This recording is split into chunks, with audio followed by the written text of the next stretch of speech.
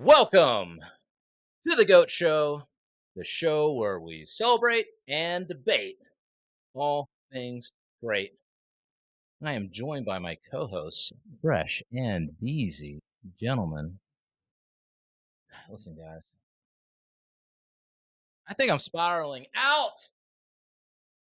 My life's a mess. It's been a dark last 2 weeks. I've been depressed, crawled up in a ball, crying. You need women in your life, bro. Hell no. What I need, He's his own woman, and with that kind of talk, bro. I think what I need is a little coaching, maybe a little guidance from somebody who maybe knows a thing or two about how to get myself out of this hole that I'm in. You can hear him guffawing already. My main man, someone who coached me when I was out in Vegas as a part of Michael Sartain's MOA program. His name is Jurrel. How do you pronounce your last name? Aaez? Oh, it's actually Ace. Ace? Get out of here. What? Ace, yeah. I was because the actual spelling of Ace is taken by like so many different people and don't names. I needed something where it'd be easy to find me when I type my name in a girl's phone. So it was like, all right, AAEZ, boom, there I go. Jurrel Aaez. All right, I love it, man. I didn't know that you pronounced it that way. You pronounce it the same way everybody else does. I was gonna pronounce it Aaez. It's not one person that has read the name and pronounced it differently. I mean, it's got a Z in it, man, and two A's. I thought it's Aaez, man. I used that because when I was in kindergarten, like I went to a element one of those Catholic elementaries. I was the third person on the list because they went by last name, and my actual last name is starts with an A. So I was looking for a way that if my name is categorized by last name, I'm at the top of the list. AAE, like you can't. There's no name spelled any other way where you could be above me. All right. Well, we're gonna get into it in a second, Jarrell. But before we do, Fresh, what do the people at home need to do? What do the lost generation here need to do on this here episode today? Like, subscribe, hit the bell, drop a comment, send it to your dad, your uncle, your best friend, your Send it to that incel friend you have, Definitely send it to that guy. that depressed friend that's lost, that needs some guidance in his life. Send it to him. your basement dwelling, Cheeto smelling friend, bro. Send it to him.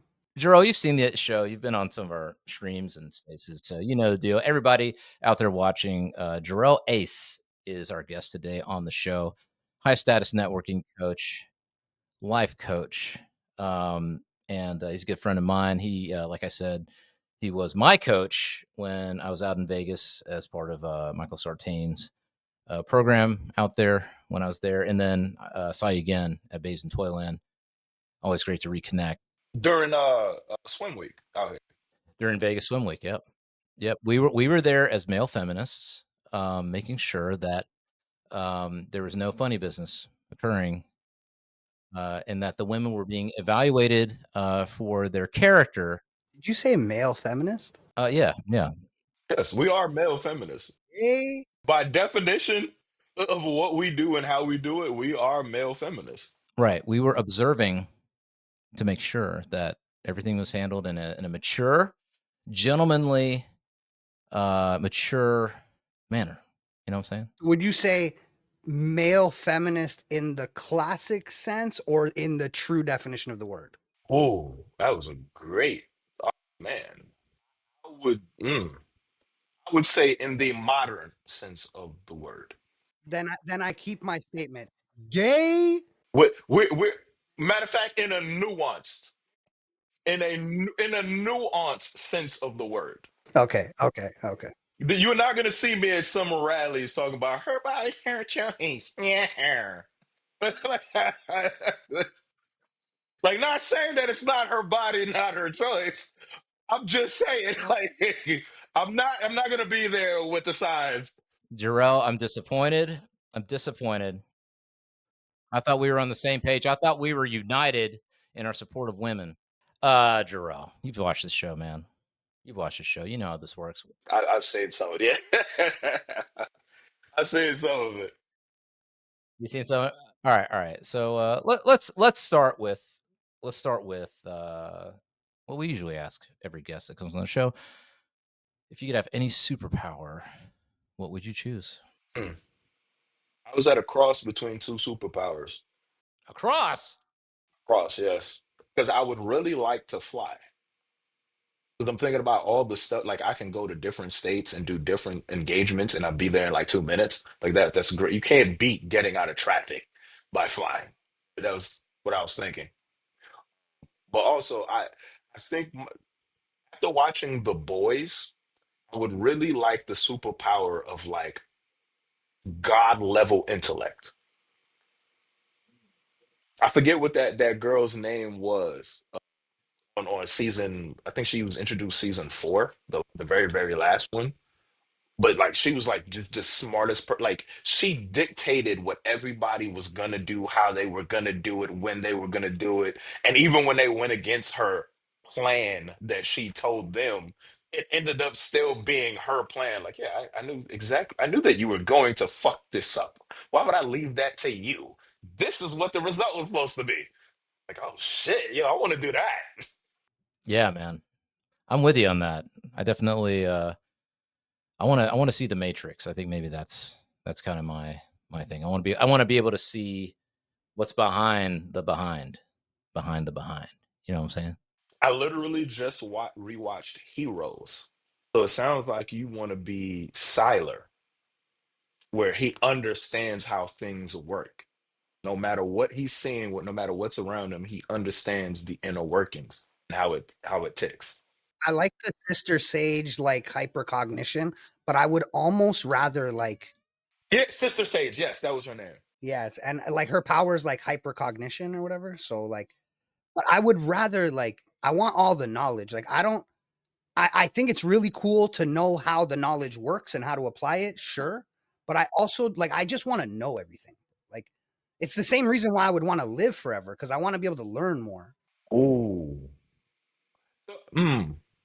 Would you take everlasting life, Jurrel? Would I take everlasting life? Be careful, Peter Thiel is watching. Don't forget Pharrell. Well, would you be a vampire Would I be a vampire? by choice? Like By choice. I if I could control it, yes. so, if the urge wasn't insatiable, then you would do it. No, the urge is gonna be insatiable. I like this. All of the history of every single vampire story, like you go off of the rails, and that's the reason why you're a monster. Like if I could just sip a blood bag while sitting poolside at Live, like yeah, I'm cool with that. Like True Blood type vampires. I wouldn't like that.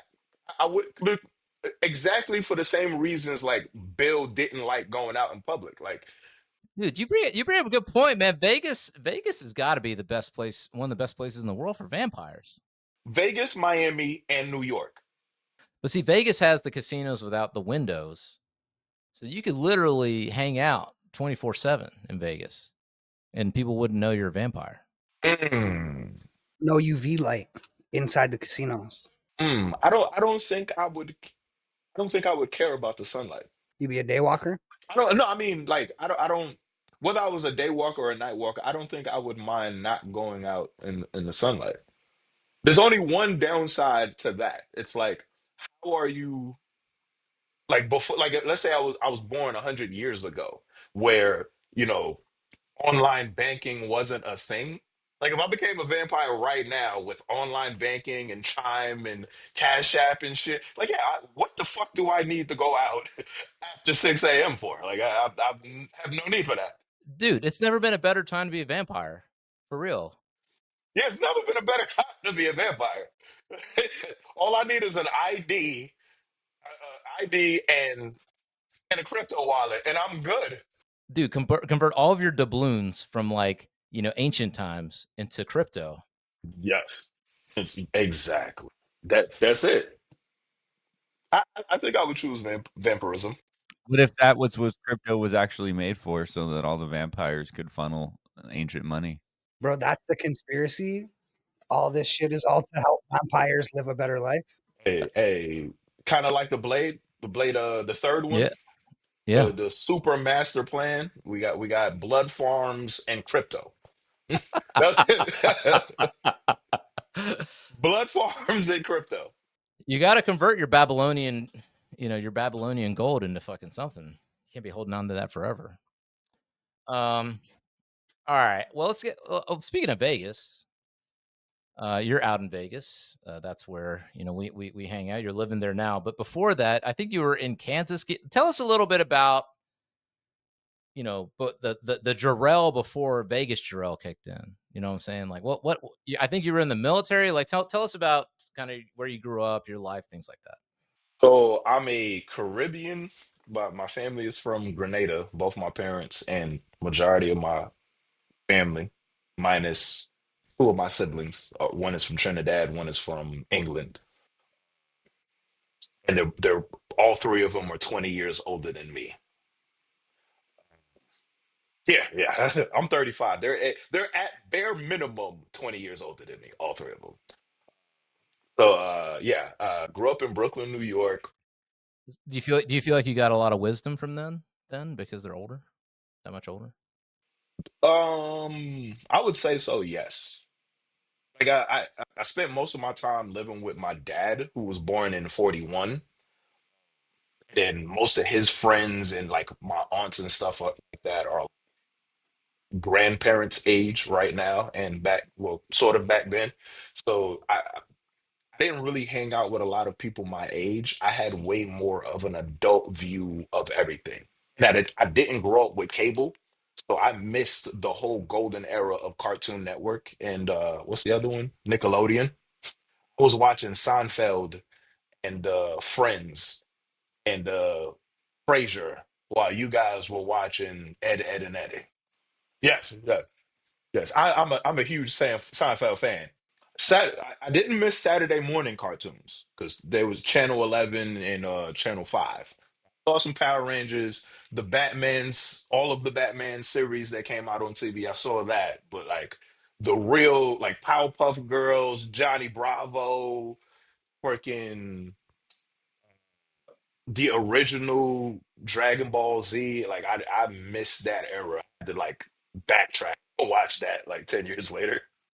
Wait, where is this though? This is in Kansas? I grew up in Brooklyn, New York. I did spend about a year and a half in Grenada. I think that's like my fondest memory, not wearing shoes and like running around in the dirt roads and picking mangoes off of people's trees that I probably shouldn't have. Sorry guys, if you see this. Uh, and then at 18, I got my GED the same night that the rest of my class graduated and walked across the stage. And then a week later, I went to college in Philly. I lived there for I think 3.5 years. From there, I went home for a year. Joined the military after college without passing, so I didn't join as an officer. Wait. So yeah, you were saying I think you spent what 2 or 3 years in college, and what motivated you to join the military, and what was that experience like? One of the cousins that I looked up to the most when I was growing up, his name is Andy. He was a Marine. So I saw what his experience was like. He actually did, I want to say it was either 2 or 3 tours when 9/11 happened. He was a reservist in the Marines, but he's done 2 or 3 tours. He didn't tell me everything, but he told me some of like what he was allowed to do and what the military gave him. Then two other, my best friend and his little brother, I call him my cousin. Both of them went to the army before me, so I had an understanding of what army life was like, and believed that I could survive it. Thought, hey, I could probably do 10, 20 years of this. Like, you just tell, I go to the same place every day. I get free food. It's like what? Like yeah, whatever. Like I'll deal with all the other like getting blown up and stuff. That's fine. Wait. You saying that makes you think like instead of putting up all that you can be advertising and everything, they should just have like a mess hall with like amazing, like a foodie style photo, and that'll get a bunch of people to join the military. You'll get the people like me. I grew up like my mom was not cool with it. My dad, when he found out I was thinking about doing that right before he died, he was like he went off the rails about that. Because of my country and the experience that we had with the US military, the people in that generation were not cool with my military idea. And I didn't grow up looking at it that way. But having Andy in the Marines and Dale and Shelton in the Army, I got a little bit better of a picture, understood. It's one of those things that there's several reasons why people join. Most people join for patriotism. Some people join because there's grew up in Brooklyn. There's a lot of opportunity in New York, but in the same breath, there's not a lot of opportunity. There's not a lot of expansive opportunity. You're pretty much all doing something similar to what the people that you grew up with are doing. So the military offered travel. The military offered being around people that I didn't grow up with, people that had different views than me. When the night that I got to Kansas for my duty station, they rolled me through what's called Ogden, and Ogden looked like all of those old school TV shows where they had that broken down Ford truck in front of the yard. It looked like they still beat black people in that neighborhood. Like, like that was probably the most, like, I wasn't afraid of going to Iraq. I wasn't afraid of like, oh my God, they're shooting at me. Rolling through Ogden was like the most terror I've ever experienced. And before the army, It felt like a sundown town. it looked like a sundown town. It's not a sundown town, but it looked like yes, it looked like a sundown town. I've had a gun pointed in my face before the army, and that wasn't as terrifying as rolling through that town. I mean, the closest thing I could think of would be like Arkansas. When I went through Arkansas down to get down to Austin from Memphis, man, I was like, that's like the only place I've ever been where I was like uncomfortable being Indian anywhere. You know what I'm saying? Like, yeah, it was fucking weird. Like people were like staring at you, and it smells like that. I don't know if you know that little. There's like a little thing that extends, and it's all like factories, and it smelled like ass. No offense to anybody in the Ozarks over here. I'm just saying, like that part of it was weird. It was weird. It definitely was like This guy said, Ozarks, just so you know, racism has a smell. it really does. It kind of does. Just to be fair, it kind of does. It smells like burnt toast and hot dog water. Listen, they're pulling that natural gas out of the ground. I shouldn't talk too much shit. But that's the cost of all of us being a Smells like Marble Reds. all right. So you're in the military, you're doing your thing. Were you like a career? Like when did that come to an end? And did you do tours and all that shit? No, no. I had an option. I had a moment where I could have signed up to go to Africa, but Africa. For what? yeah, it was a deployment. The first unit that I was in got disbanded, and we all went to separate units, still on Fort Riley. The command Sergeant Major Orvis went to first brigade on Fort Riley, and they were deploying. The option, like I could have reached out through the contacts that I had to sign up to get on that detail. Actually, no, I'm tripping. There was two. There was he ended up going to Kuwait, but right before we disbanded, it was actually it was a, let's say it was Bravo company inside of our brigade in our that went to Africa and could have side like, But wait, where in Africa? Like Somalia or something? to be honest with you, I don't even remember where they. If you asked me like maybe like 8 years ago, I might still have remembered. All I remember was they said they were going to Africa, and I was like, oh, I get to go to the motherland for free. Let me think about this. Okay, cool. So you get out of the military. What's going on at that point in your life? So I have a lot of sketchy points in my life, and that was one of them. We want to hear them all. Okay, what was sketchy? So right before I was getting out, had got a DUI, another DUI, and um, I had been charged with felony flee and eluding for an incident that happened in Junction City or Raleigh. You didn't tell me this shit. Were you looted or what? I guess you can't incriminate yourself, but you know. No, no, no, no, no. So I wasn't. To be fair, I maintained my innocence. I was not running. I panicked. Like I didn't know. I had never ventured off of the base like that, other than going to two spots: bar outside in Junction City, where we all went. It was the only hot spot in Junction City, and then Aggieville, which is where every like the K State went, and everybody else, like people from Ogden, people from other towns would come over and come to Aggieville, and it was Junction City Friday, Aggieville Saturday. That was the routine the entire time I was there.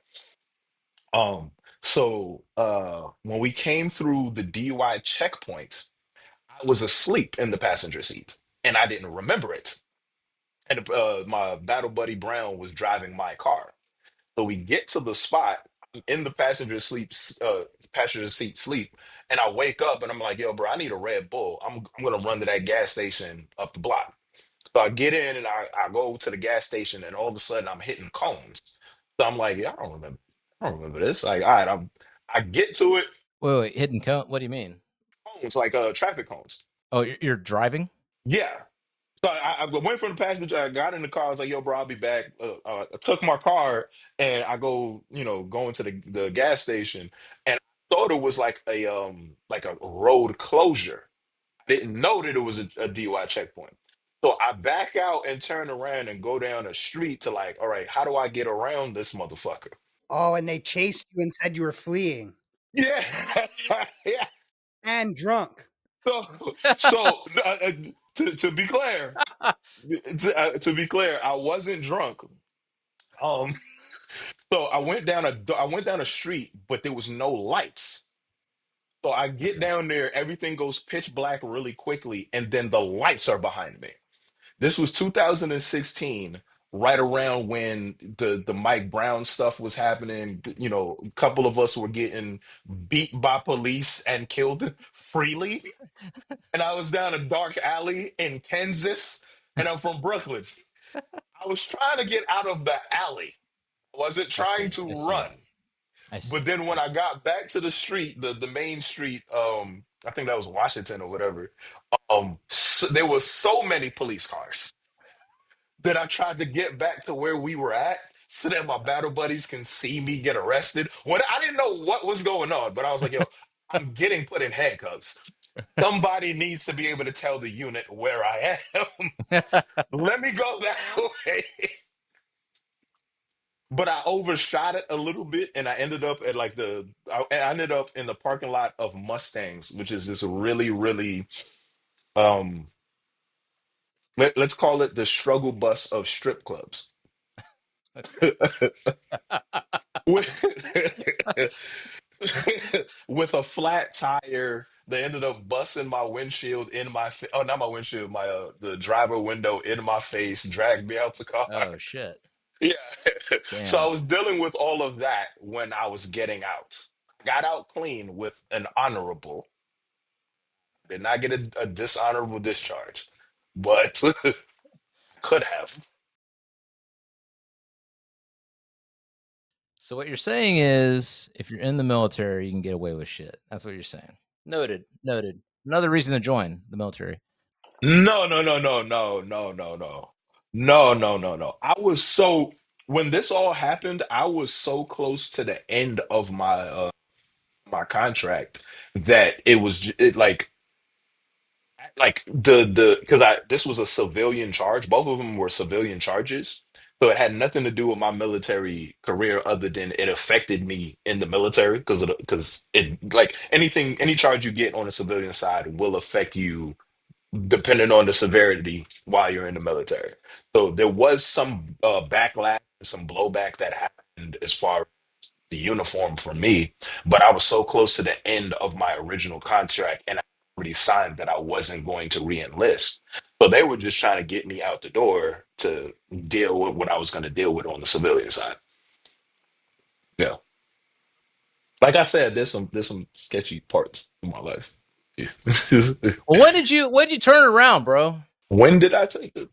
I live in Vegas now. Turn it around. You just said I learned how to profit on the degeneracy. Come on, man. All right. Well, maybe you didn't turn it around, but at some point, I did turn it around, but yeah. what happened between the time of you being a hellion out here in these streets and me and finding out about Michael Sartain and that whole thing? Like, what's that journey from going from there to finding out about all this MOA business? We've had a couple of coaches and people from them on the team or on the show in the past. We'll put that in the show notes. But yeah, what was that? Was that a transformation on many levels, or was it just sort of like how'd that happen? I would say it was a transition on many levels. Like after I got out the army, I spent about 5 or 6 years living in Topeka, about an hour away from base. And then I was working at Frito-Lay. And the people that I met at Frito-Lay and the experience that I was having at Frito-Lay as like a civilian with like a manufacturing job, like I guess the average American experience of somebody who doesn't live in New York or like one of the bigger cities, I was having that experience and it opened my eyes much more. Because there is manufacturing plants in New York somewhere, but I had no idea we had them where they were, and I had no experience. So that taught me, that made me grow up. I won't say made me, but it allowed me to grow up. And then there was a lot of people there that taught me like different new things, and I was welcomed into that community so graciously. Like I think a lot of the people that I met at that plant in that town, they helped with the growth, drinking profusely. I mean, mainly because I was working like 80, 90 hours a week. There was really no time to drink. But I started researching different things to increase my capacity mentally. But bit of listening to music the entire I was like listening to audiobooks, listening to informational things instead of like just mindlessly trying to get through the night. While I was there, people taught me about what a 401k actually was and use it. Then I started learning stocks. Then there was I was listening to the advice from a fuck boy podcast. It's no longer going because he transitioned in his life. But Clint Coley, listening to his podcast and others got me back into like, okay, stayed away from relationships and women for let me learn how to do what it is. Then it was RSD because I had read the book The Game by Neil Strauss. I found the new chapter of what those guys were doing, the pickup community, if you will. And then right before they started taking all of their dating stuff down off of the internet, and RSD Luke, I don't remember his last name. Luke from RSD is a social circle blueprint. And I realized that a lot of what he was talking about was what I did, I'm going to say accidentally, but it just ended up being like I ended up creating a social circle from nothing in Topeka, Kansas, using some of the tactics that he was using, but not proficiently. But trying to learn that. Then I found Fresh and Fit during the pandemic. And now I agree with a lot of Fresh and Fit's standpoints, but they are a little bit harsh about it. And then yeah, they're a little bit more harsh than I would be publicly, if you will. And then Michael was involved in RSD's in Luke's social circle program, the Blueprint 2.0. Or yeah, I think that's a lot of people in with Michael. I think started with from RSD and I believe RSD Luke and I think they were introduced to him through that. So you were part of that I guess that group, and then you saw Michael stuff. What is it about Michael that kind of attracted you to what he was talking about?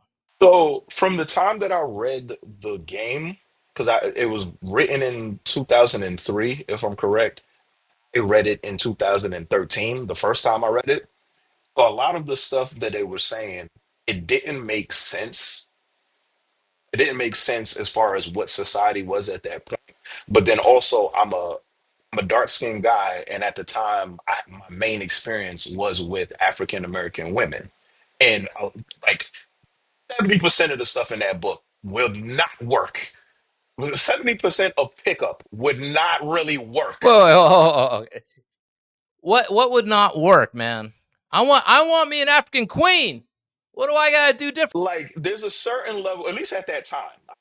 It's a little bit different now. It kind of went back and forth. But during that time where I'm getting into like learning the pickup stuff, like barking at a black woman, barking and like that's not gonna work.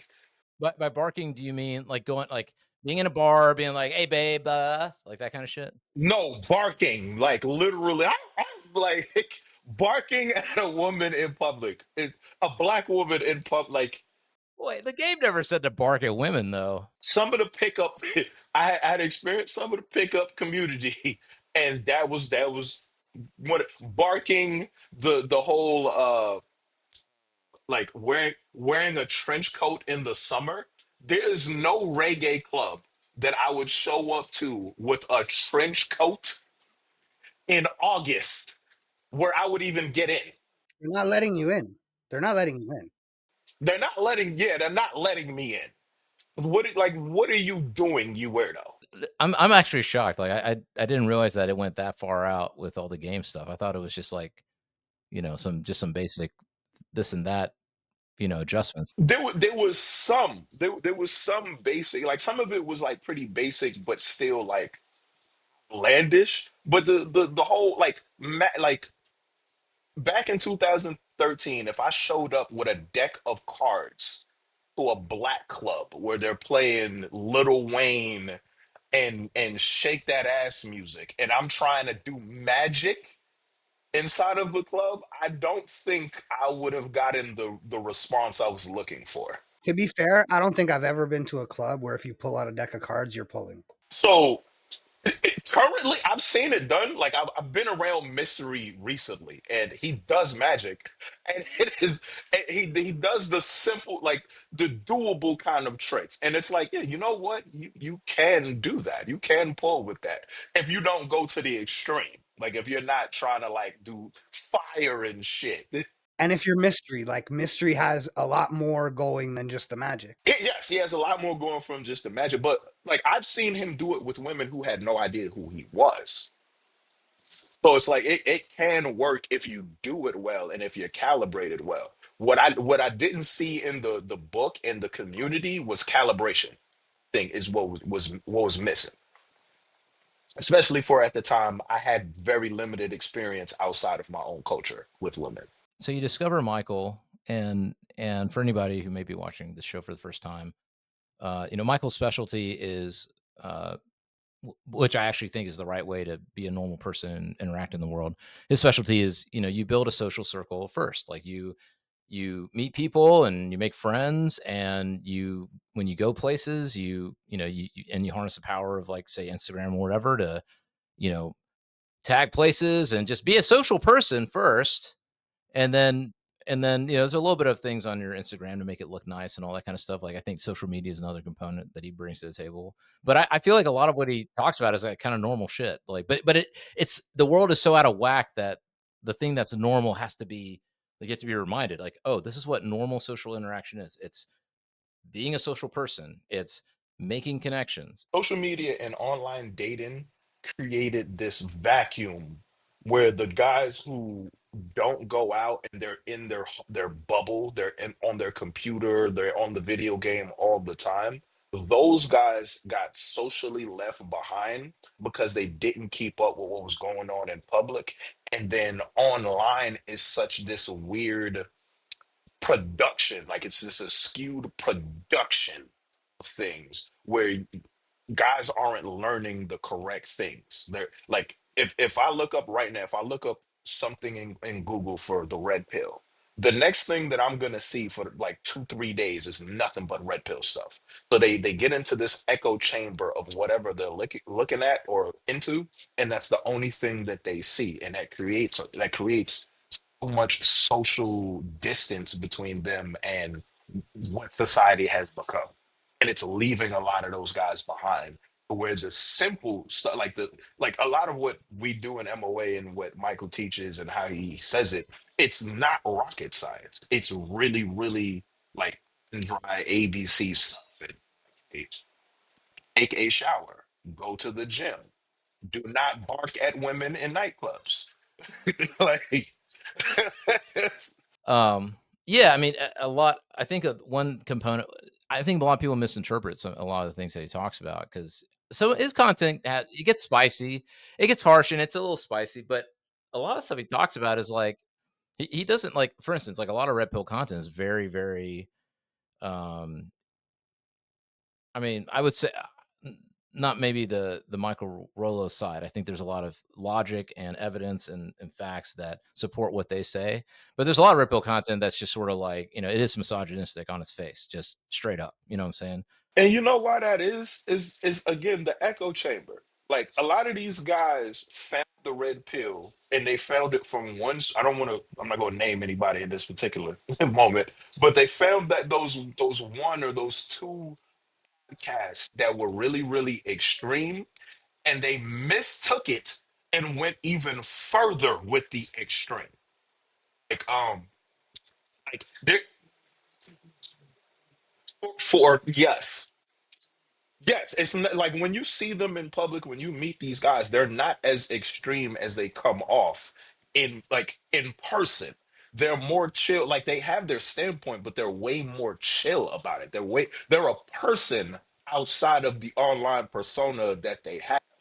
A lot of the what's come after those initial guys is a copy and paste version of what the persona is to get attention, and they took it further than that. And they I feel like a lot of other people trade in, and again, I'm not going to go specifically who, but there's a lot of people that trade in victimhood mentality as a man. You know what I'm saying? And, that's one thing I actually respect a lot about, MOA and Michael. Michael's like, "Hey, it's on you, man. Like, here are the things you need to do. Here are the things that are gonna improve your life. Choose to do these or not do these. Choose to listen to me or not." But, you know Here's the experience you had before you found me. Here's the experience that you can have if you do what I say, and here's the experience you're gonna have if you don't. It's either you're gonna get the same or not. Yeah, it's like, here's the experience you can have, but it's not based on, like, some weird fucking trickery. Like, I think a lot of people think that that's a thing. It's like, no, it's like pretty kinda basic, hard to do, but somewhat basic stuff. It's the internet's fault that most people, like we were talking about it, I think before we came online. Um, Most people have had an experience with a scam artist saying they'll get you XYZ results if you pay me, and then they paid the money and they didn't get those results. I don't know if you guys remember those pyramid schemes that came out like between 2007 to like 2000. I forgot about that one. Yes, yes. Those things, like a lot of people got scammed by those people. So it's really really hard and excruciating work to prove what you're saying on a constant basis for a lot of this. A lot of people, like the guys that come in that we were talking about, are they're kind of standoffish and they're like not wanting to do the thing and not wanting, like they're so skeptical that they don't even take the action that we're saying. It's because they've been scammed before and they're waiting for the shoe to drop. It's like they joined, they're like, okay, if this is gonna work, it'd be really, really great. But the entire time they're waiting for the curtain to show them like where this is a scam. It just isn't. Yeah, but like you have to partake, like you have to do the stuff for it to help you, right? So it's like counterintuitive for themselves. I'm glad you said that because that's like you beat me by 2 seconds. A lot of it is they're so in their head about it not working for whatever reason that has nothing to do with them that their inaction makes that thing come true. The first thing that we say in MOA is fix your Instagram. So if your Instagram isn't getting you the results that we say you're going to get and you didn't fix it, did we fuck up or did you not do something? Did we trick you into thinking that this was a good program? Or did we tell you exactly what to do and you didn't do it for long enough that you think that it's our fault? And let's talk about this real quick. Because that's one of the key things that, and I think it's becoming something that I'm noticing a lot of people are doing now. I think Michael started it and now everybody's trying to do it. Um, but from your perspective, man, we live in an internet world now. It's not fucking 2012. Social media is everything right now. I mean, who knows? We'll see where things end up in the next couple of years. But that's one of the things I learned, and it was super important. Is like, hey, like your Instagram is now your business card. Whatever you're gonna do. Let's say you already have married and whatever, but your Instagram is your business card. And I don't know, what's your perspective? Like, I feel like everybody should have an Instagram, and they should really design it so that it is an expression of you know, whatever it is that they want to do in life. I mean, what are your thoughts on using social media? And The best version of what they want to do in life, the best version of the experiences that they want to have, the experience that they want to give to the people viewing them, the best version of that. That's where the model gets skewed. but wait, Jura, isn't that fake, bro? Isn't that just fake, bro? Like, social media is so fake, man. I mean, it is, and as long as you understand that and you just go with it, it doesn't really matter. Well, it's not fake because again, it's a resume, right? So I don't put on my resume, "Hey, I worked for this company and in 6 months I was sick 4 times." I just say, "Hey, I worked for this company," right? So on my visual resume, I say, "Hey, I went to Vegas, Miami, this party, that party." I don't say I went home alone. I don't say, you know what I mean? Like you're not putting up the failures, you just put up the best of it. It is the greatest success reel that you could come up with at that time. That's all it is. And well, now there are catfishing. There is catfishing because there are some girls that I have seen their Instagram for so long and then met them in person, and I'm like, whoa, oh God, that's not who I thought I was meeting. I got those greedy Facetune fingers. You know what I'm saying? Greedy Facetune fingers. Ooh, that face tune. Woo, boy. Man, talk about mystery magic. Ah, man. Shazam! 30 pounds heavier in person. I'm not sure anybody else is gonna wanna touch this, but if have you seen French Montana's wife in pictures and in person? Not, I saw that one picture that they were talking about, that the makeup wasn't as done up, and it was like, ooh, yeah. Bro, it's not just makeup. It's a whole different person. Listen. When you're marrying the Princess of Dubai, you know what I'm saying? Doesn't really matter. Yeah, you gotta let some things slide. But I would be telling the Princess of Dubai, "Come on, you don't need the Facetune. You're the Princess of Dubai." No, you need the face tune. I'm sorry. She's the princess of Dubai. She can go get fucking the best surgeon. No, she can get a real life Facetune. I wouldn't even do that because of, like, I don't know if you guys pay attention to what that looks like in the 50s. You look terrible. You look god, like it can go like with Botox and all of that stuff, the surgeries can be really, really good. Like there's a small percentage that is really, really good over time, but a lot of them, like you see them now and it's like, oh, Whatever Chris Jenner's doing, you find out what she's doing. That's baby blood. yes, yeah, that is a vampire. That has to be vampirism.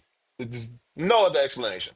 Okay, so get you all right out there, all y'all gentlemen watching that maybe not having success. Get your Instagram right. Do a little traveling. Put your best foot forward. Find a good photographer. Find somebody who knows how to use AI. It's okay. Make yourself look good. Everybody's doing. There's nothing wrong with tuning it up a little bit. I tune all my photos be tuned up, man. I be squeezing me like this, and then pulling my top like that, and then my arms like that. Yeah, I'm gonna take this screenshot. I'm gonna make this the thumbnail, and then I'm gonna AI it out. eh, uh, okay, okay. Let's say, okay, you got your Instagram tuned up. You're looking good on the gram. All right. Uh, the next thing I think that uh, you kind of coach people through, because just so people, if you haven't realized yet, you are a high status networking coach for the program. So what do you feel is the next step? What do you feel like once you got that dialed in? What do you recommend people like? Let's say there's a guy out here, he's looking good, he's got a decent job, he's doing his deal. What should he be doing? Going out all the time? In my opinion, just from seeing it from the way that I joined, like the way I introduced into the community, if you will, as well as coaching, and from what I've seen from the client who may or may not do that, I think there's a certain standpoint of when you decide that you are going to change and you want to change your life, you need to dive into the knowledge of what you're doing, what you're trying to be, or what you're trying to change into, as well as progressing your mind and progressing your body. Which is one of the reasons why I'm really an advocate for the MOA program, and I think it's probably one of the greatest tools for men, if not society as a whole, because it's not just this collection of videos of Michael talking to you and telling you do this, do that. It's also a network. It's a network built inside of a program about networking. But then there's a reading list. There are certain parts of my mentality before reading some of those books that I would not be as effective a person, let alone a coach, if I hadn't read those books.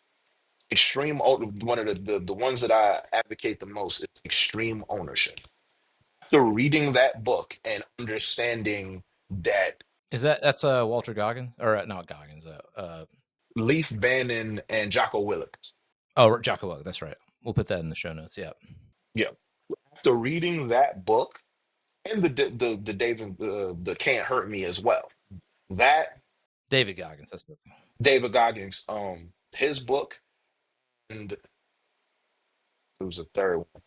I'll come back to it. After reading some of those books, understand that what's failing a lot of us as people, let alone men, is a collection of non-pussified ideals. So if something doesn't go right at work, instead of blaming, oh, you know what, I should have gotten that promotion because of X, Y, Z. It's okay. I didn't get the promotion. What did they tell me? Why did they tell me I didn't get the promotion? What did I do up until the point that I applied for this promotion that I could have done better? What didn't I succeed on that would have guaranteed me the position? Instead of looking outward, looking inward. There's a lot of looking outward as men period, but in society and in general, that just is disgusting, and it's setting us back by so many years intelligently. Well, I feel like we kind of pushed introspection to the side, right? We pushed we pushed it away to like who cares how you feel about you? It's all about how they feel about you.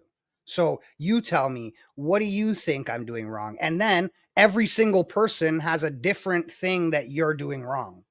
And you're trying to appease them all and then appease the world. And it becomes too much. And you don't look inside and say, hey, what am I doing wrong? What am I missing?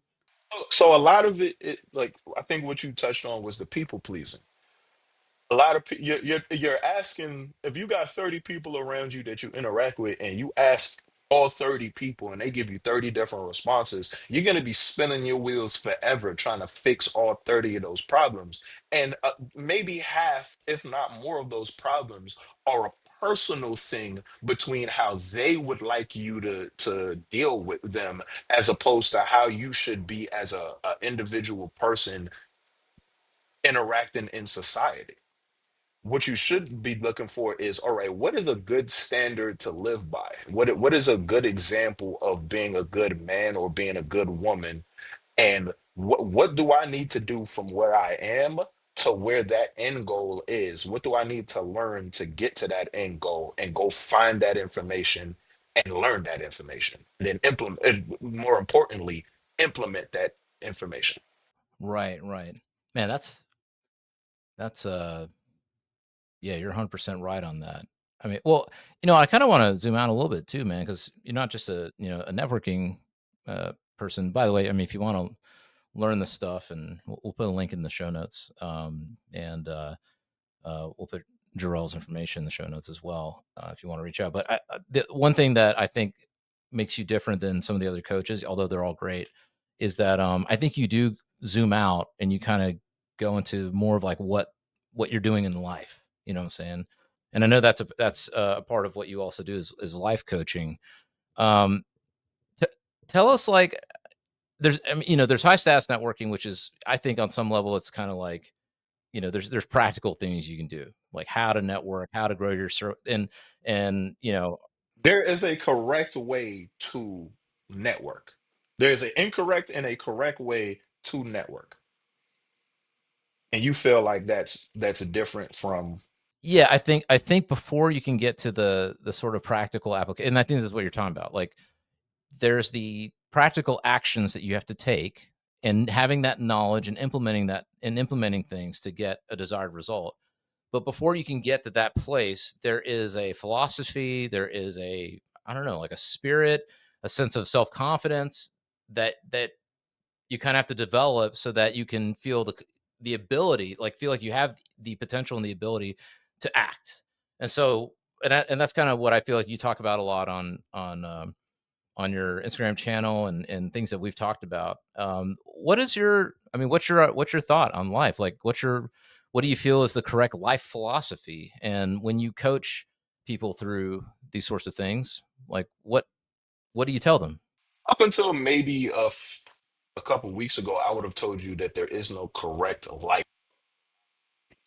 Or what I believe now is life is a journey, and at some point you're going to figure out what your individual destination is, because being a life coach and even joining MOA as one of the coaches was not originally where my direction. I It came to me. I ended up in this arena because of MOA, and because of the journey of self-reflection and learning new skills and trying to progress as well as progress as a, that I found this quote unquote destination in the journey. So the correct way of living life is experiencing it as a journey, not like you should be able to understand this, Ralph. Your parents tell you, hey, you can be a doctor, a lawyer, or a scientist, and you believe your whole life that that is the best way to live your life because they said so. And then there's a lot of people I've met in those arenas where they get halfway through college or they get halfway through a program and they're like, yo, I don't even care about this. I want to go fly kites for a living, make money that way. You spent your whole life headed towards this destination that wasn't even your destination. Somebody picked it for you, and now you're 25 and your life is askew because you hate going into the hospital every day because you never wanted to be a doctor. You were told to be a doctor, but there's no way. And some would look at that as, oh, he failed, he wasted 25 years of his life. No, he probably learned a bunch of skills along the way. He probably got a abundance of confidence from being in that arena with the type of people who are in the medical field or the law field, whatever it is. He learned along the way that this was not the kind of things that he wants to do. He went to a pool hall one day and he discovered he really likes to play pool. He could go down that avenue. That could be a hobby or a job. With the way that the internet has progressed, you can play poker for a living. Like you can like you there's so much that you can do now. There's so many avenues of income now, and so many different ways of being who you are with the advent and the expression online, that you're gonna at some point you're gonna find it. There are people that find it early, like Jay-Z found music early. I discovered early that I'm not getting on anybody's record singing anything or rapping anything. I can't remember. Like, I got like 60% of my favorite song, and it's my favorite song. Just rap's not gonna happen for me. But I discovered something else because I enjoy certain music. I figured out that I like country music by living in Kansas. I hated country music before that. I found that once somebody found a single or a song or a individual artist and presented it to me, and I was willing enough to enjoy it and try it out for a bit, that I found a love for a whole new genre that a black guy from Brooklyn probably wouldn't have had if it wasn't for the journey that I had in my. This is why I always say there's no losses. There's only wins and lessons. I like that you have that philosophy, but remember we were talking about that extremism when people hear things. No, there's a loss. Like, I've been robbed at gunpoint. That is a loss. Oh, sure, sure. I mean, you can lose stuff. You can lose stuff, You can but lose. okay. So now, let me clarify what this means for all the people who like take things too hyper literally. Because Mhm. you're right, absolutely. So you You can have to learn treat your something from losses. every Yes, loss. Yes. yes. Treat your losses as lessons. Well, I mean, something. I mean, and something that you're talking about. And I've had to learn it because I think, especially with helicopter Asian parents, and mine were not as bad as other people I know.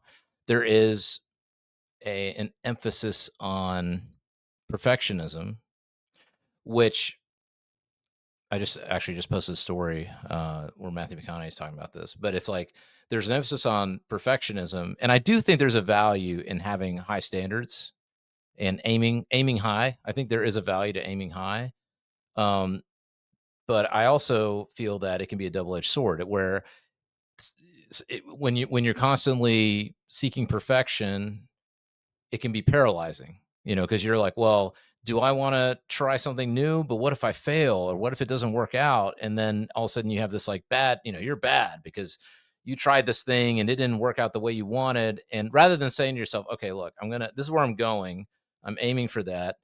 But, I am already acknowledging that I'm going to suck for a lot of it. Like it's going to, like, not it's going to suck. I'm going to suck just because it's a new skill.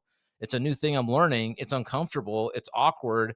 I don't, I'm going to have to, you know, fail, quote unquote, fail to some degree before I'm going to be able to say, okay, like I can learn from this, get a little better. Like, I don't know. I feel like, I think they're two different lessons, right? Because I think that like you do have to be okay with failure, but you also like every time somebody says or you say to yourself, like, what if it doesn't work? You just have to always remember, what if it does? Right. Like so but again, I think they're like two separate pieces to one. My mom had a simple quote for all of this, and it's expect the worst, hope for the best. And then obviously you're gonna take action in between all of that. So Absolutely. Going in what you just said, one of my favorite aunts, she was like a mom to me for years. She had this saying every time we would leave, me and her son and my cousin, they he would say, "Be good, and if you can't be good, be careful." Now that is a lot of the philosophy of my life. I'm gonna try the thing. I feel like that's what we should have as a person trying to figure themselves out. Go try the thing. Everybody sucks in the beginning. And a lot of the times we get so bogged down by somebody else's judgment of us. We have so high of an esteem for other people that we don't have for ourselves, that we allow that negativity from someone to enter our mind. A lot of the times the person telling you something negative, or oh, you suck, like you start drawing and oh my God, like you suck. There are better guys on the internet. Well, duh, I just started, you fucking dick. I'm gonna suck right now, but eventually, if I stay with this thing, I'm gonna be better, if not great. You just have to be willing to go through that journey. Now, if you start a thing like going with drawing, if you start drawing and you realize that you don't have the drive for it, like if you have to force yourself to do the thing and you're trying to do this professionally, you should probably stop at a certain point because you don't care about it enough. Well, okay, hold on. Let me ask you about this because this is an interesting point you bring up because I struggle with this sometimes. And I forget her name, but there was a TED talk many years ago that this woman gave about people who succeed and don't people who don't succeed, right?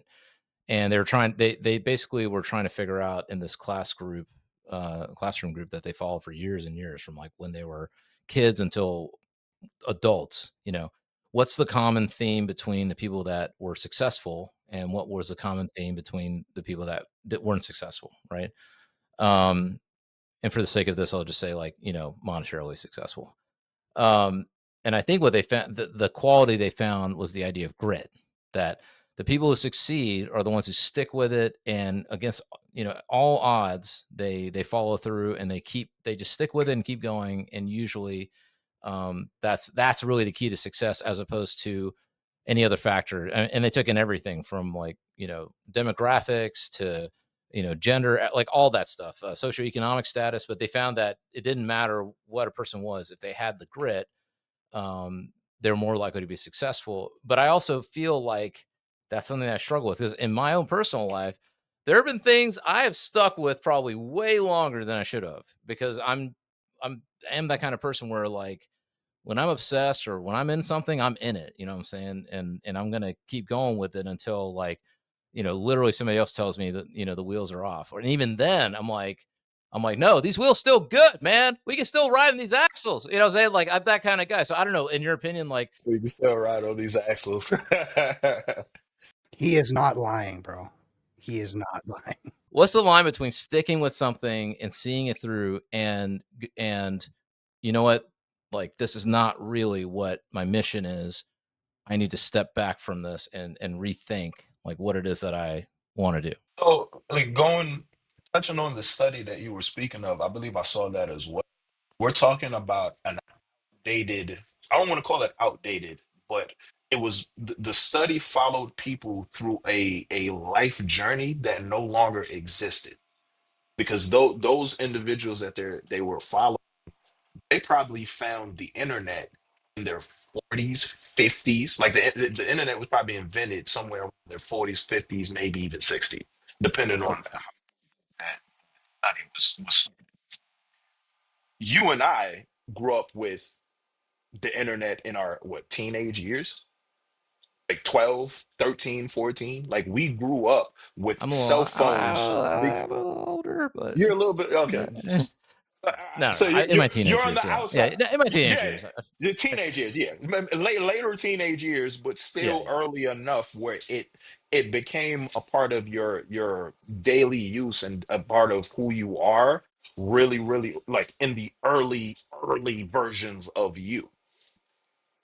What they need to do is do that same study now because there are so many avenues that we didn't have before that you can have now because of the internet.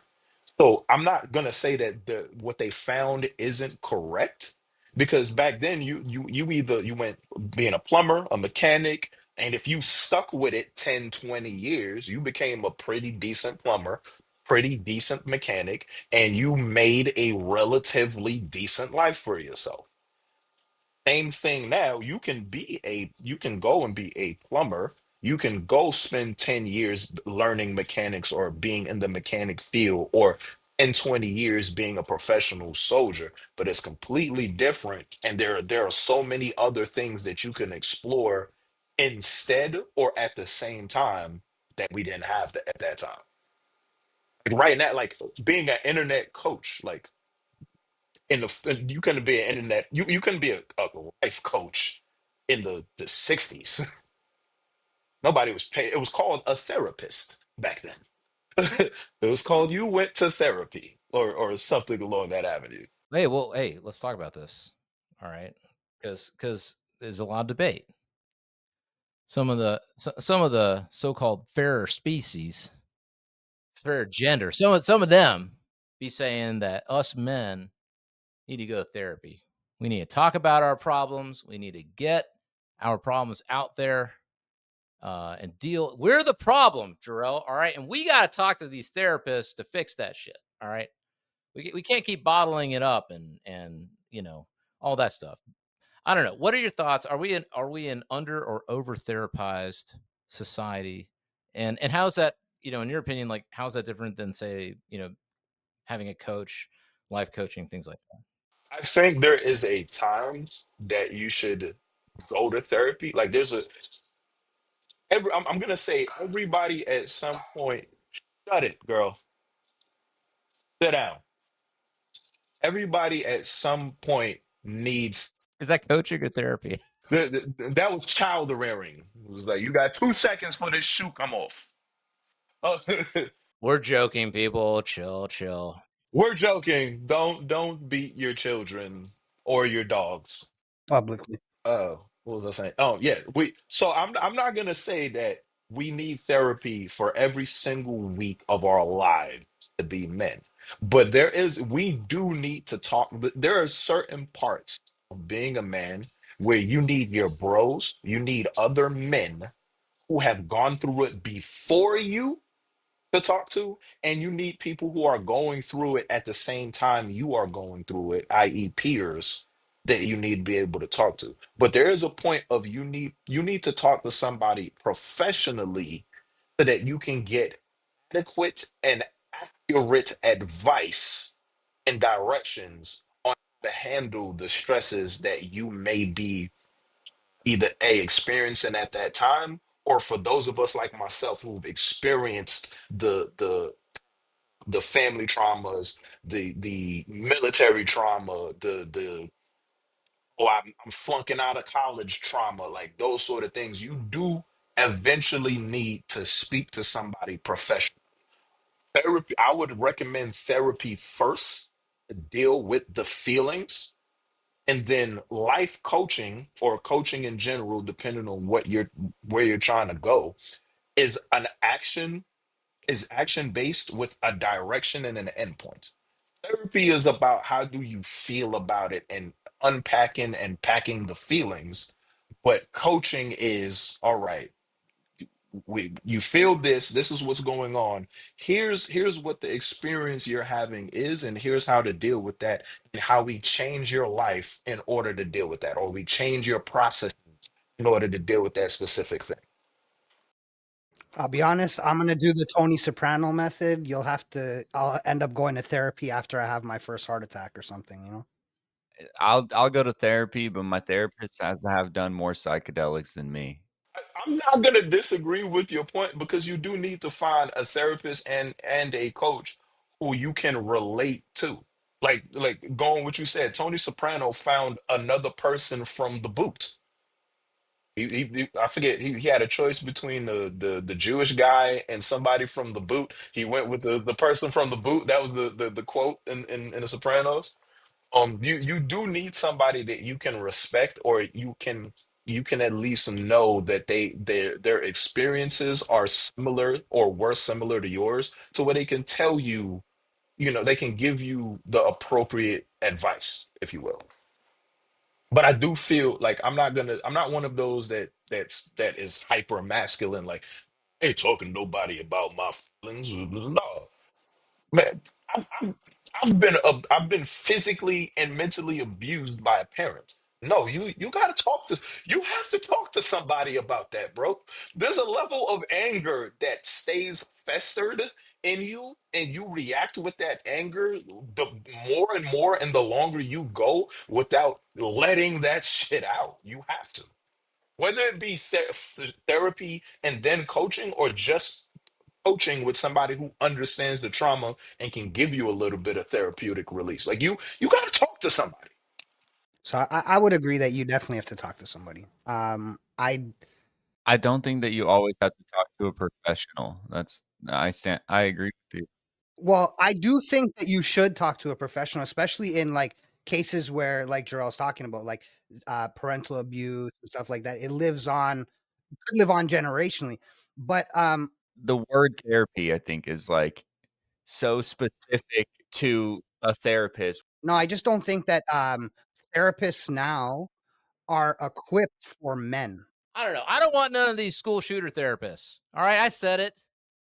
You're supposed to fix these kids. Then they go see these therapists, and then they out shooting people. Like, what are you doing? Like, what's going on? So that's the reason why I didn't want to do therapy or be a therapist. I prefer the coaching field because therapy is just you sit there and you talk about it and you talk about it and you talk about it all fucking day. And like they may give you little action points, but it's like journaling. Okay, when something happens, write about it in your journal. Tell me how you feel in the journal, and they will discuss it on your next session. That's cool. Do that. And then do some shit about fixing what keeps happening. Like don't like to go with your school shooter point, like those kids, there's only so much you can talk about getting bullied and people stealing your lunch money. There's only so much talking you can do until somebody tells you, okay, cool. So the next time somebody tries to take your lunch money, beat them with a lunchbox. And the rest of the kids will stop taking your lunch money, including that guy. There's a certain point in which you need to go from talking about, like, if you get bullied for an entire semester, you get your head shoved in a locker and in a toilet bowl, and I don't know if they still do shit like that anymore. But that was the bullying I saw on TV. If you go through a whole semester of that, where do you talk about fixing the problem? Like, where's the action points of stopping the guy from putting your head in the toilet? Yeah, I mean, at minimum, it's like, and I mean, there's a whole other component with medication and stuff like that. But Again, a band-aid over the problem. The guy feels like nobody loves him, so prescribe him Prozac. Okay, great. Yeah, like, if you're going to a therapist and you're a student, and your therapist doesn't say at some point, like, you're getting picked on, you're getting bullied, and your therapist doesn't say to you, "Go take self-defense classes, go become dangerous." Like, your therapist is not there for you. Your therapist is there for a check. And I think this is the problem, is I don't think we have therapy that's adequate for men, because I don't think we study the male psyche the way we do everybody's psyche. We lump everybody together. And I think because it's emotions, we end up dealing with women better. I love your point about that. There is a difference between therapy for a female, therapy for a man. We need to get the feelings out eventually, but we also need to have a logical conversation about a action plan. That may talking about the feelings all day may be great for a teenage girl who just got her period and now she's feeling all these emotions, and she goes to therapy for the next 10 years because of the chaos of those hormones. But we don't have that same chaos. It's like we deal with it, we deal with it, we diddle with it, we bottle it, and then at some point we end up beating up a guy in a bar too many times to where now we have to go to court mandated therapy, and we finally figure out that, oh, your dad beat you with the broadside of a machete. That's where this aggression is coming from. There's subtle nuances gender wise and hormone wise in women that the therapy does need to be different. I completely agree with you. Point I was making earlier is the word therapy, I think, is taken so literally to mean talking to somebody with a degree about your feelings, and that's not always what therapy looks like. Okay, expound on that. I feel like everybody has their own forms of therapy, things that they do that are just as beneficial as talking about your emotions all day, that we don't do enough of, that can be also part of the problem. Exercise being one. There needs to be a different word from clinical therapy and therapeutic exercises or therapeutic pursuits. I think is that what you're commenting on?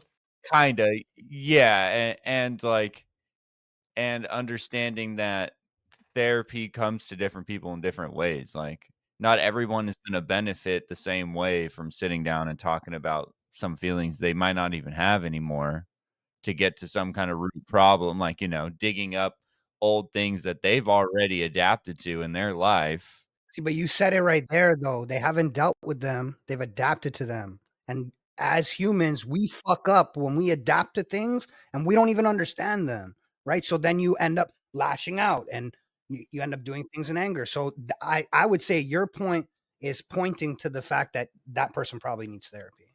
They may not need 10 years, 2 decades worth of therapy, but they need some therapy. A conversation, a professional conversation needs to happen where they talk about some things. But going back to what you're saying, Jarrell, and I think what DC's also saying is that, like, there's therapy, but you have to take action in your life. You can't just, like, yeah, if you just talk about your problems all day, you're just gonna re-traumatize yourself, and then but you gotta match it to something. You gotta say, "Okay, like, if somebody's picking on you, okay, like, are you gonna like, I mean, listen, man, I'm taking this Krav Maga class. I'm fucking, I'm no spring chicken, but and I'm learning little things here and there. Do I really think I can pull, like, you pull a gun on me, I can steal it from you right now? Hell no. But at the very least, there's a part of my brain that's being, I feel like it's a part of my brain that's being activated. This male, because I'm not a generally aggressive person. So I'm probably really under aggressive. I'm actually more of a non-confrontational person in a lot of times. I don't like to confront,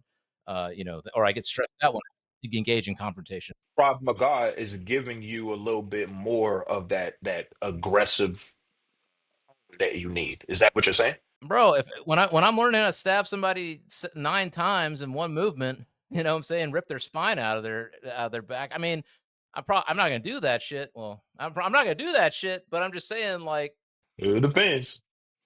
You get an active shooter situation, you will. Is he down? Let's make sure he's down. listen, I'm totally stable. I'm totally all right. I'm actually not joking. Like, that's what we learned the other day. Cut you up. I'm just saying though, like, there's a part of my brain that's activated in just doing those knife movements or whatever, and thinking about what that is. There's a part of the male brain that's activated to where at the very least I'm like, I don't know. It's like, to call it testosterone, or I don't know. Something's going on that when I'm done with that class, I feel better. I feel stronger. I feel, more powerful or whatever. And for someone like me, where I feel like I have natural, I don't know what it is, but if I leave myself to my own devices and I don't take action, I will engage in low self esteem behavior. I will be down on myself. Like, it's just what it is. That's helpful, but I don't know if a therapist would say that. Like, oh, go take a martial arts class. I think the older versions of therapy, because I haven't done therapy in years. Well, actually, no. Yeah, I haven't done like traditional therapy in quite some years. I've taken forms of therapy through the VA recently, but I think traditional clinical therapy is catching up to that, or at least they're attempting. There are younger people coming through therapy that are taking nuanced approaches and taking some new age forms of therapy and trying it out and pointing people in a better direction because of what social media and that the level of access we have to everybody's life. I don't think we were meant to have this much access to people. There's no reason why I should know everything about Cardi B's life. Like that's not it's not good for me, like seeing like, oh, her Tuesday is waking up driving down Rodeo Drive in a Lambo and lounging by the beach all day. There's no reason that I should see that every single fucking day because I don't have that kind of access. And if that's all you're seeing, if that's all the quote unquote algorithm is showing you based off of the things that you look at, you can put depression into your own life because you're looking at the most extreme high that you could possibly see all fucking day. That we weren't meant for that. Well, it depends on the mood and mindset you're in, right? Because like if you're in a really good mood and you're in a really good place mentally, Instagram's a vision board. It's like, yeah, this is what I can get. This is what I want. This is what I can do. But if you're like, you've taken a couple of losses recently, maybe you're not in a really good space mentally. And then everything you see is like, Jurrel bought a Lambo, Ravine bought a new house, Deezy's on a trip to Miami. Like, and again, you've taken some losses. It's no longer a vision board, right? It's now like it's setting you off. Oh my God. Exactly. Exactly. It's, oh my God, I'm behind. Yeah. Um, I think I think a lot of it for the younger generation is coming back full circle to where they understand, like the people behind us, let's say the 20s, the late teens, early 20s, they understand that there's a separation between celebrity status or influencer lifestyle versus the average everyday person. The average everyday person go to work every day. Tuesday is not beach day for the average person. And they're starting to understand that because they're living that. Like from the time that they were little, they are living that. And there's more people talking about that and talking about the correct way of viewing it opposed to before it just got put up there. When we were when social media was new for us, it was just, oh, put this up there, put this up there, put this up there, show this, show this, show this. And then it created such a problem that now we're backtracking, is backtracking, and there are people like you and I, there Michael Rolo, there are people that are putting out the truth, like, hey, not the majority. It's just like 3% of the population. The rest of us go to work every fucking day. And people are understanding that a little bit now. But if you were like us in the beginning stages, and then also too with us here sitting here, each one of us has a different mentality. I don't know why you guys have that mentality. I know what drives me for having the mentality of, oh, I want a little bit more. I want to earn more. I want to have access to more. I want to do something different. There's a little bit of a drive that are in all of us here that's on this call, that, okay, cool, that guy has a Lambo. I may not want a Lambo, but I would like to work hard enough and go get the Lambo because I see it's obtainable. Whereas other people believe that, most of society believes that, oh, he has a Lambo. Why hasn't somebody given me a Lambo yet? They're looking for somebody to give it to them. Well, because they also think he was given a Lambo, right? They don't understand that when the camera goes off, this person isn't just not doing anything in your pocket. And then when you turn Instagram back on, oh shit, the little elf in my phone, Lambo. Like, no, bro, that guy's working every day. Like, even the guys that don't have a 9 to 5, they probably don't have a 9 to 5 because they have a 24/7 365. They're working all day, every day to have those Lambos.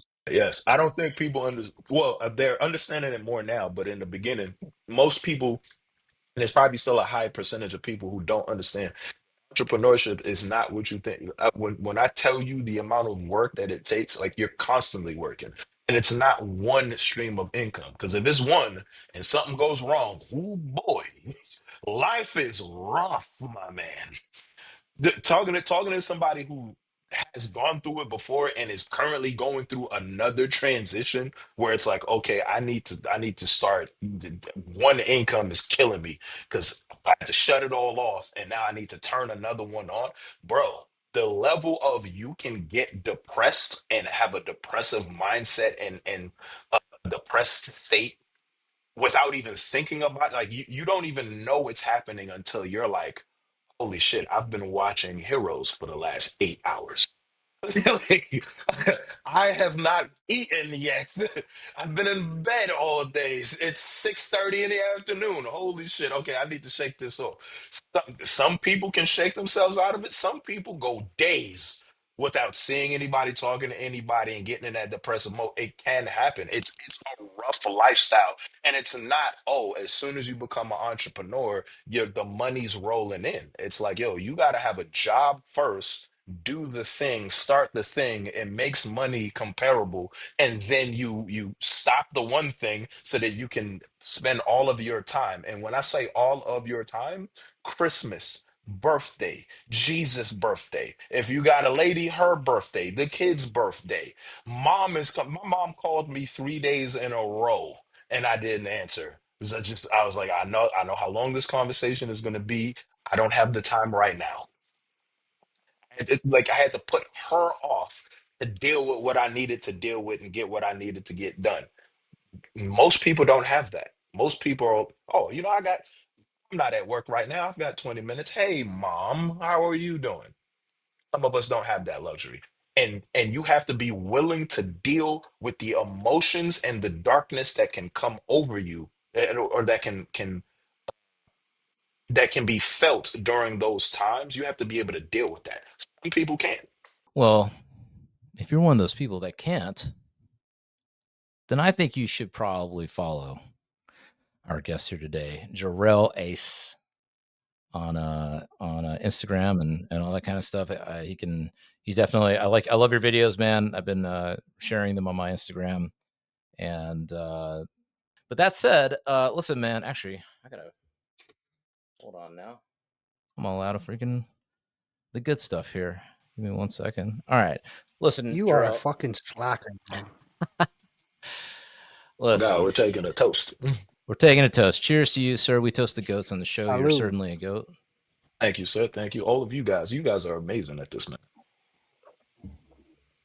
We try. Appreciate it, bro. We work hard. We try. It's been a year It's doing. running and a year and a half. Yeah. I think I caught you guys' show like right around the time that you were from the time that you were at immersion to like now. Like I've seen the Yeah. I growth. I mean, see the way that you guys interviewed before and the way you guys handle it now.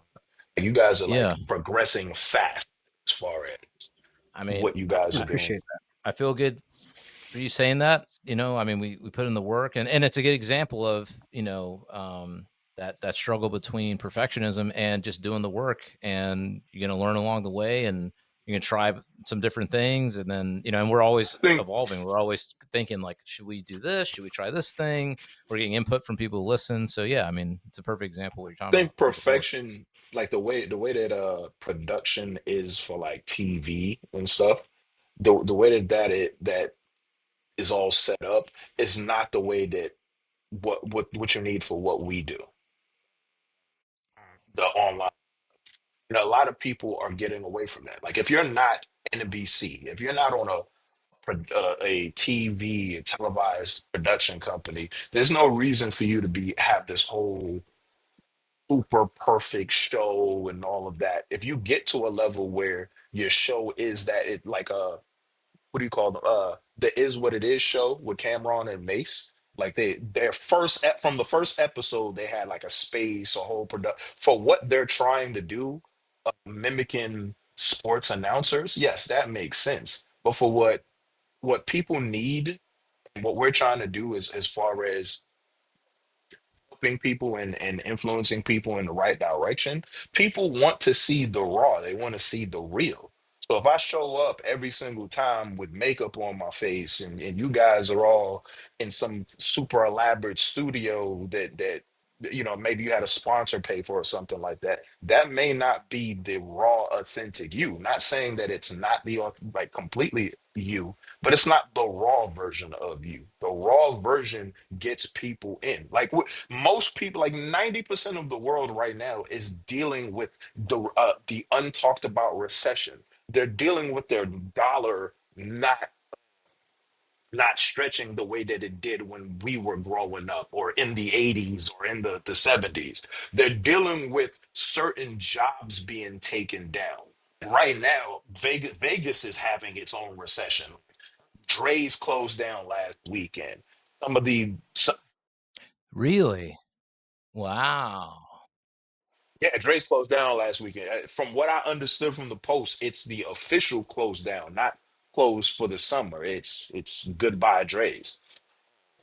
Yeah, but the entire summer I've been seeing, hey, tourism is down 13% this month, 17% this month, 19% this month. Like everything is seeing a drawback, and the dollar isn't as strong as it is. So, like, if you show up as somebody who understands that and is experiencing that, people can relate to you more because you're one of them. You're not, like Drake.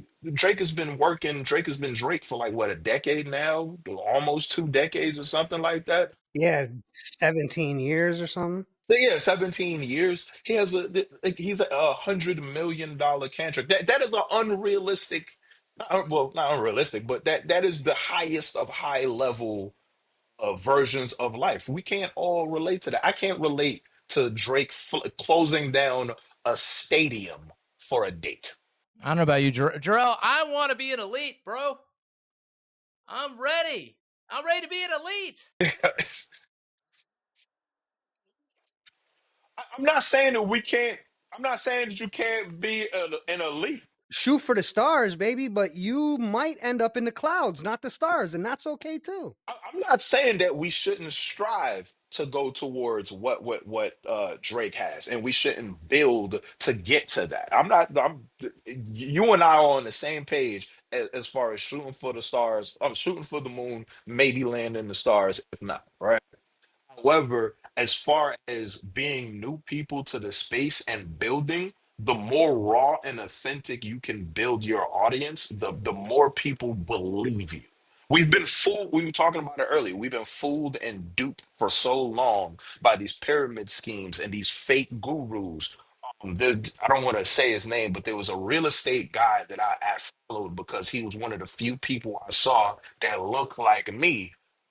Recently I saw a couple videos come out where they're debunking everything that he did a whole crowdfunding thing in Tulsa. Like, there's videos and there's information online now to where it was a Ponzi scheme. Living through that, I can understand why people are skeptical of in our peers when we pop out online. They want to see just enough of behind the curtain to know that it's real. Yeah, man. Look, I'll be authentic. I'll be authentic until one of y'all show with that bag. Then whatever you want me to do, you want me to dance, you want me to be left, you want me to be right, you want me to be center, I'll do whatever you want. Just show up with the bag and we're good. Bro's ready to sell out. This is the guy who's selling his soul for us, bro. He's our scapegoat when the Illuminati approaches us. He's the one that's getting. He's gonna sell out. Yeah, talk to him. Talk to him. Yeah, you need a soul? We got one Indian one for you right now. I can't agree with that one, man. I'm Indian, bro. I'm down. I'm down. Tell me what you want. I can't agree with that one. I've seen it fail already. Like, we've seen this tried and true already. Like, all of the guys, like the celebrities marketing these products, like, they've been doing it for years. Now most of them will not take on a product unless they actually use it or they believe in it, because like, how many of these like the Hawk Tuah girl. Hawk Tuah girl just did it with that Hawk 2 coin or whatever. Like, it's still happening. Listen, crypto people. Crypto's on the rise. Crypto's back. If anybody out there with a crypto coin would like to support the show, we'll gladly take them. I will promote it. We won't mention your coin's name on this show. Don't let this guy fucking lie to you. We will not mention your coin. The SEC is switching up. It's a crypto world now. So No, if you send us the coin, just know that I'm gonna sell it, and it's going on the list of things I will never talk about. Yes, yes, yes. There's too many people trying to do a rug pull, trying to scam people out of money online, that it just makes this a little, it listen, makes this Jurrel, harder. we launching Jurrel coin. All right, we're launching Ace AceCoin. coin. Ace coin. AceCoin. Yes, the Ace coin. The ticker is AAEZ. We're launching it, Yes. and we'll let you know the details. Go check her out. Promise that we won't sell our bag if you buy it. Anyway, again, Jurrel, this has been Would love great. it It's as an been fun. investment. Thank you for coming on the show, man. Taking the Hey, time. thanks for having me. This is dope. Yeah, this is fun, man. We definitely love to have you Feel like back. we got. Oh, I was about to say that. I feel There's like so we much didn't stuff we even didn't get even through talk, a we didn't lot. even get into, Yeah, but it just was there's like, more. yeah. There's plenty more. So maybe we'll get you I'll back do on another soon. one. I'll Yeah, definitely do another one. maybe a live stream. We'll get you on a couple of live streams and do some other things. Um, but for anybody who is looking for some life coaching, looking for some, if you are interested in learning how to be a high status networker, just go on the link in the bio or in the show notes. Sorry. And request Jurrel. Tell them that Jurrel was the one that got you to hit the link. So, but with that, Yeah, but use Ravine's link. You see what he did there, right? He's like, I want like the financial gain, but he can have the clout. Jurrel, send me the link. I'll use your link. Fine. I won't steal links. No sneaky links. If you like men and women, but you don't have either, you're not bisexual. You're by yourself.